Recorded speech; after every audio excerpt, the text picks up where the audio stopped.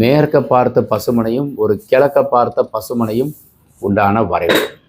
இந்த மனை என்ன எப்படி தேர்ந்தெடுக்கிறது? கருடமனை, சிம்மமனை, யானமனை.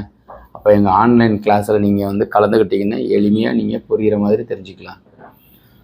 மேற்க பார்த்த வீட்டிற்கு வடக்கு வாசல் வச்சு வீடு கட்டுறது புதன் அதிகாரம். ஈசானத்தில் ஒரு ரூம், அப்பா அம்மா படுப்பதற்கு உண்டான அறை, பிள்ளைங்க படிக்கிறதுக்கு உண்டான அறை. 3 நண்பர்களையும் தூக்கி இங்கே வச்சுக்கோங்க.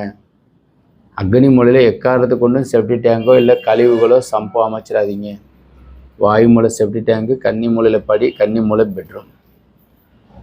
ஸோ இது பசுமனை 125 புள்ளி. ரெட்டை ஆண் குழந்தை, ரெட்டை பெண் குழந்தை, அல்லது ஒரு ஆண் குழந்தை ஒரு பெண் குழந்தை வேணுமா பசுமனை வச்சுக்கோங்க. காசு பணம் வேணுமா கருடமனை வைங்க. ஆரோக்கியம் வேணும்னா யானமனை வைங்க. சிம்மமனை அரசு உத்தியோகம், அரசியல் சம்மந்தப்பட்டது, எம்எல்ஏ பதவி வேணும், சிம்மமனை வைங்க. இப்போ இது வரைபடம் பாருங்கள், இதுவும் பசுமனை தான்.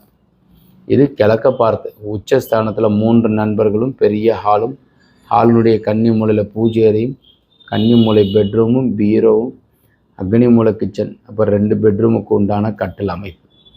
ஸோ இது படி உள்ளேருந்து ஏறி போகிறோம். தலைவாசலுக்கு நேராக எழுத்தாப்பில் மாடிப்படி இருக்கலாம். ஸோ இது 2 ஓனருக்கு 2 ஊரில் இருக்கிறவங்களுக்கு வரைபடம் அமைச்சோம். ஸோ 2ஐயும் ஒன்று சேர பார்த்துருக்குறோம். வரைபடம் தேவைப்பட்டால் கான்டாக்ட் பண்ணுங்கள். வணக்கம்.